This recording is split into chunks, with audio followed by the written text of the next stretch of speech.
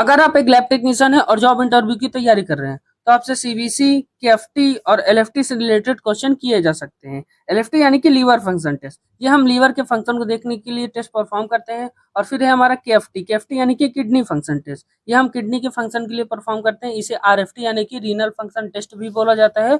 और फिर है हमारा सीबीसी, सीबीसी यानी कि कंप्लीट ब्लड काउंट, इसमें हम कंप्लीट ब्लड की स्टडी करते हैं जिसमें हमारा मेनली आरबीसी, डब्ल्यूबीसी और प्लेटलेट आता है। ठीक है, इसमें ये हमारा 6 पार्ट वीडियो है। अगर आपने पहले के पार्ट का नहीं देखा है वीडियो तो आपको प्रोफाइल में वीडियो मिल जाएगा या फिर आप हाईलाइट में जाकर देख सकते हैं, वहां पे मैंने प्लेलिस्ट बना दिया है।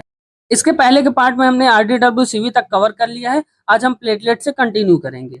प्लेटलेट, इसे हम थ्रोम्बोसाइट भी कहते हैं, यानी कि इसका सेकेंड नेम थ्रोम्बोसाइट होता है। ये ब्लड का स्मॉल सेल होता है जिसकी साइज 2.5 माइक्रोन होती है। ठीक है, ये बहुत छोटा सेल होता है जो कि ब्लीडिंग को रोकने का काम करता है। इसका मेन काम है ब्लीडिंग को रोकना। जब बॉडी में कहीं चोट लग जाती है तो प्लेटलेट तुरंत एक्टिव होकर क्लॉट या थक्का बनाता है जिससे खून का बहना रुक जाता है। इसको रिपोर्ट को समझने के लिए यहाँ हम सबसे पहले नॉर्मल रेंज को देखते हैं और फिर रिजल्ट को देखते हैं और फिर हम कंपेयर करते हैं। यहाँ पे हमारा नॉर्मल रेंज 1.5 लाख से 4,10,000 सेल्स पर क्यूबिक एमएम होता है। ठीक है, इसका यूनिट कहीं कहीं 10⁻9 पर लीटर भी होता है। और यहाँ पे हमारा रिजल्ट जो आया है 1,61,000 आया है। ठीक है, यानी कि हमारा 1.5 लाख और 4,10,000 के बीच में है। इसका मतलब ये हमारा नॉर्मल माना जाता है। अगर ये इंक्रीज होता है और डिक्रीज होता है किस वजह से होता है, चलिए इसको समझते हैं। अगर हमारा प्लेटलेट नॉर्मल रेंज से डिक्रीज करता है यानी कि कम हो जाता है तब हम उसे मेडिकल टर्म में थ्रोम्बोसाइटोपिनिया बोलते हैं। ठीक है, और इसका जो वजह होता है हमारा डेंगू हो सकता है, ठीक है, वायरल फीवर हो सकता है, टाइफाइड की वजह से हो सकता है, बोन मैरो प्रॉब्लम की वजह से हो सकता है। ठीक है,